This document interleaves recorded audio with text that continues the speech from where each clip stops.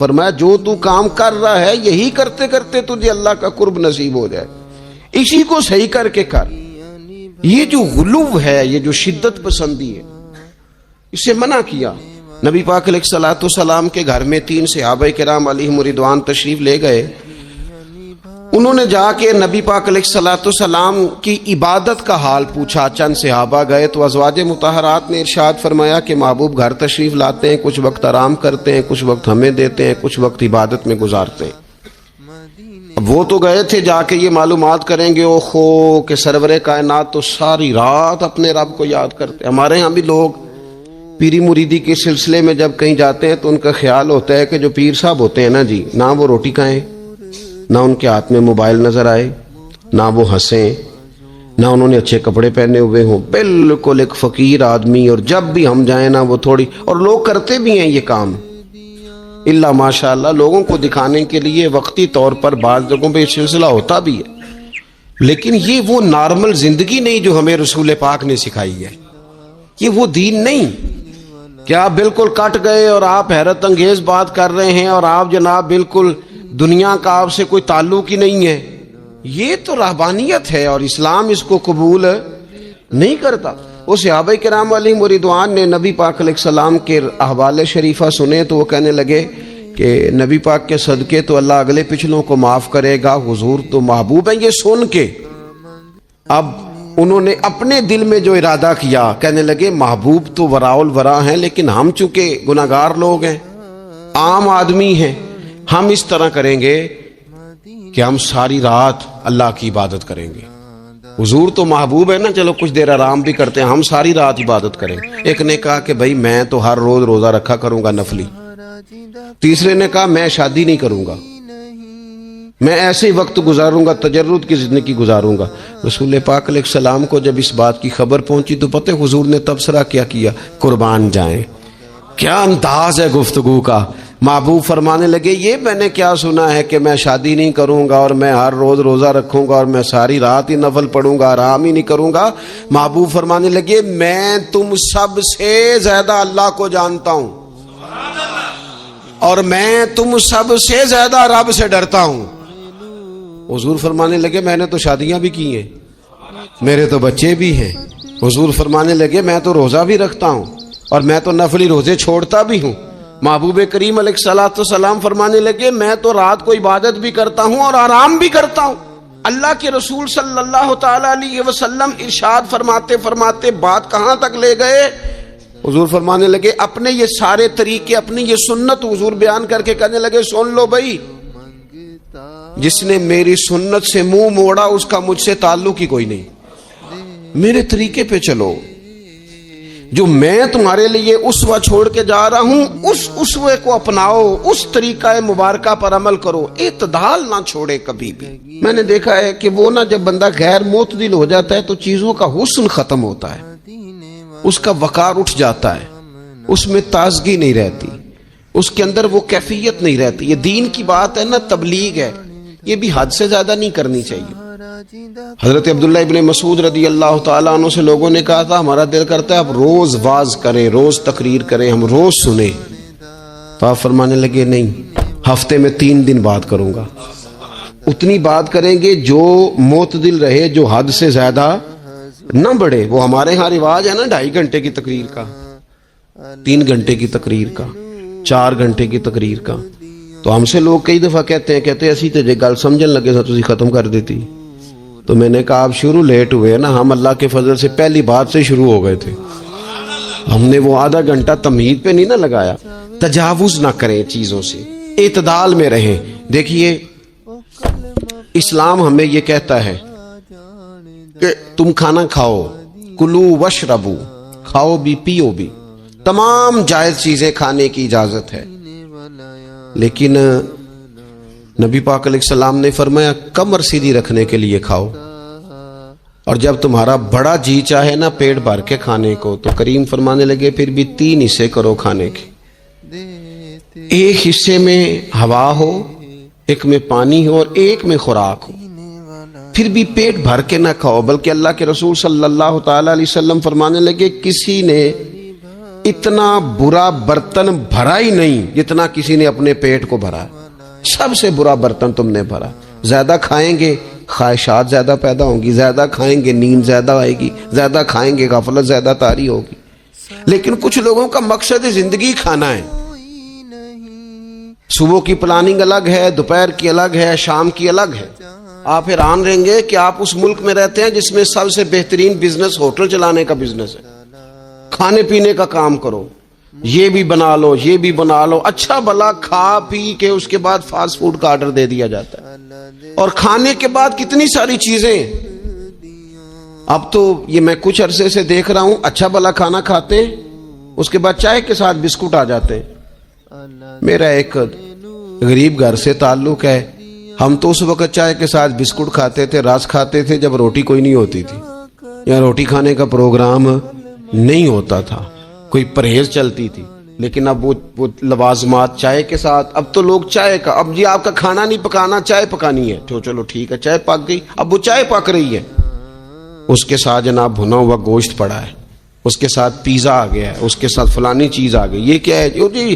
اچھا پھر وہ خواہش بھی ہوتی ہے بعض میزبانوں کی کہ اب یہ تعریف بھی کریں. وہ سارا کچھ رکھ کے تو ساتھ یہ بھی کہہ رہے ہوتے ہیں تو چونکہ روٹی ڈاک چھڑی سی، لہذا پھر ہم نے نا یہ سارا کچھ کیا ہے. یعنی وہ کہہ رہے ہوتے ہیں کہ مہمان اب یہ کہے کہ او ہو آپ نے تو بڑا تکلف کر دیا ہے، اس کی کیا ضرورت تھی.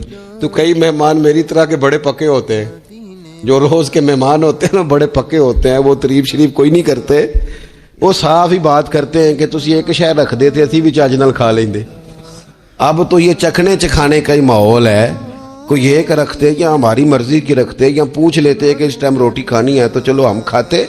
یہ لوازمات ہیں، یہ تکلفات ہیں.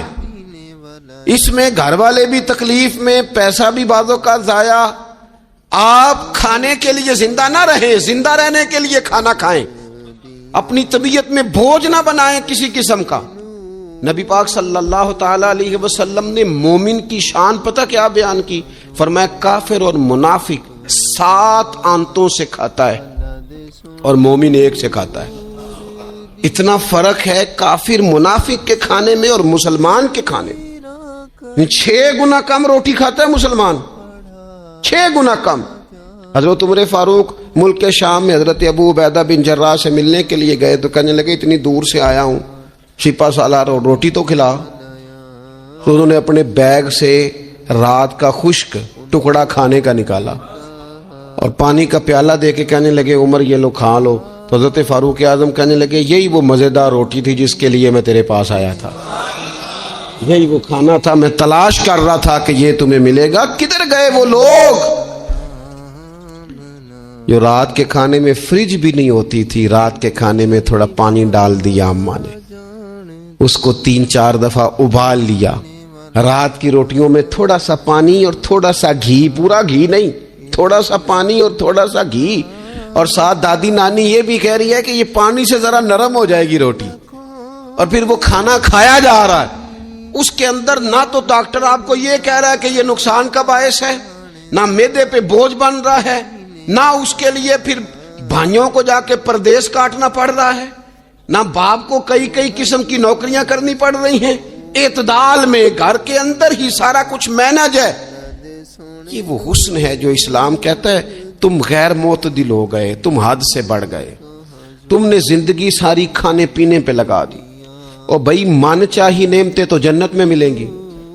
ہم نے تو مزے کے کھانے وہاں جا کے کھانے، وہاں ملے گا پھل اور وہاں ملے گی نعمتیں جو بار بار ملیں گی. چہرے ایک جیسے ہوں گے پر ذائقہ بڑا منفرد سے منفرد نظر آئے گا. تو وہ جو پردہ غیب میں چیزیں تھی وہ ساری چیزیں لوگ کہتے ہیں ہاں جی ہم ساری. غیر معتدل نہ بنے، تھوڑی سادگی لائیں، تھوڑا درمیانہ راہ. اسلام اس کو پسند کرتا ہے. نبی پاک علیہ السلام کی بارگاہ میں ایک مہمان آیا، ابھی وہ مسلمان نہیں تھا، تو محبوب نے فرمایا ایک بکری کا دودھ دھو کے اسے پلا دو. ایک بکری کا دودھ دھویا گیا، پلایا گیا، پھر دوسری کا دودھ دھویا گیا، پلایا گیا، پھر تیسری کا. وہ 7 بکریوں کا دودھ پی گیا. صبح اللہ نے توفیق دی اور وہ کلمہ پڑھ گیا. اب نبی پاک علیہ السلام نے فرمایا اسے بکری کا دودھ دھو کے پلاؤ. ایک بکری کا دودھ پیا، دوسری کا پی نہ سکا. رات 7 کا پی گیا تھا، تو میرے کریم فرمانے لگے یہ مومن اور کافر کا فرق ہے. جب تک یہ حالت کفر میں تھا 60 بکریوں کا دودھ پی گیا، اب یہ مومن ہوا ہے تو اللہ تبارک و تعالی نے ایک دودھ کے ساتھ اسے سیر فرما دیا ہے. اس کی تشنگی اور بھوک اللہ نے مٹا دی کھانے پینے کے لیے. اور اس کا ذہن بھی نہ بنائیں. میں جانتا ہوں جن گھروں میں بچے اس مزاج کے ہو جاتے ہیں، اس طبیعت کے ہو جاتے ہیں کہ آج یہ کھانا ہے، کل وہ کھانا ہے، پرسوں وہ کھانا ہے، وہ پھر کھانے پینے میں سارا وقت گزرتا ہے.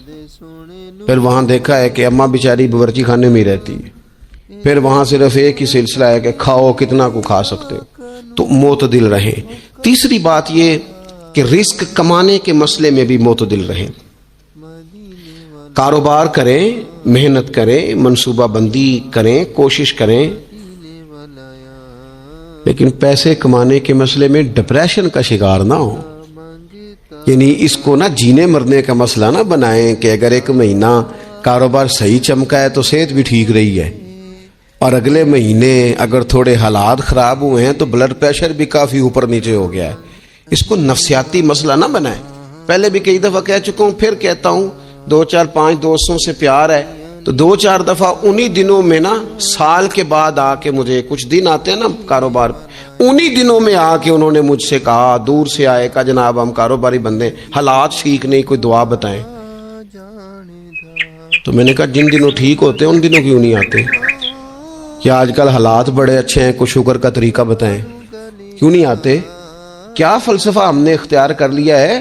رزق کا وعدہ اللہ کا ہے، اس کو کمانے میں اور پیسے کمانے میں محنت کرنے کا حکم دیا گیا ہے.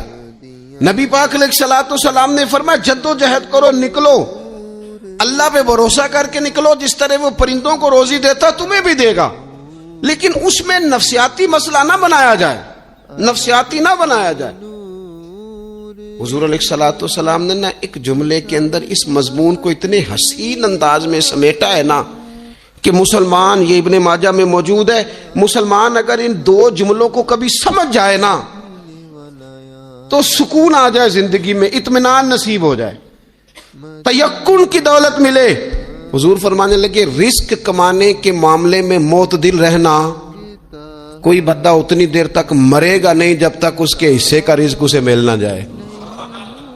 اتنی دیر تک بندہ دنیا سے نہیں جائے گا تیرا حصہ تیرے تک پہنچے گا.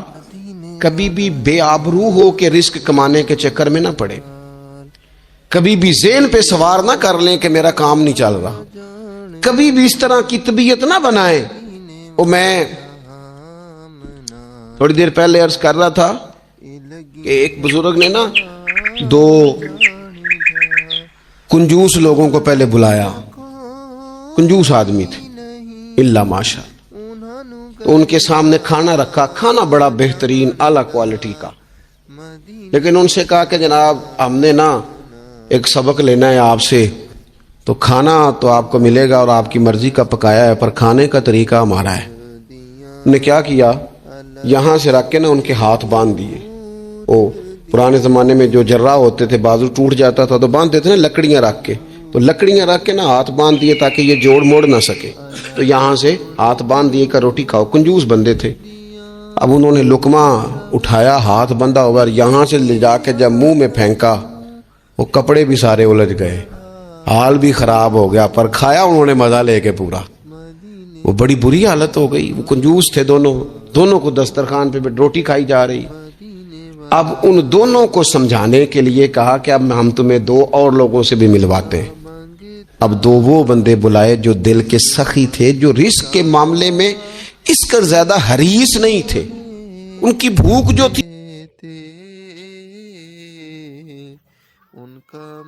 السلام علیکم دوستوں، میں ہوں بلال حسین اور آپ دیکھ رہے تھے میرا یوٹیوب چینل. ماشاءاللہ اگر آپ پیارے دوستوں کو میرے اسلامک چینل کی ویڈیو اچھی لگی ہو تو ہمارے چینل کو ضرور سبسکرائب کریں اور گھنٹی والے نشان کو دبائیں تاکہ ہماری نئی ویڈیو بآسانی آپ تک پہنچتی رہے.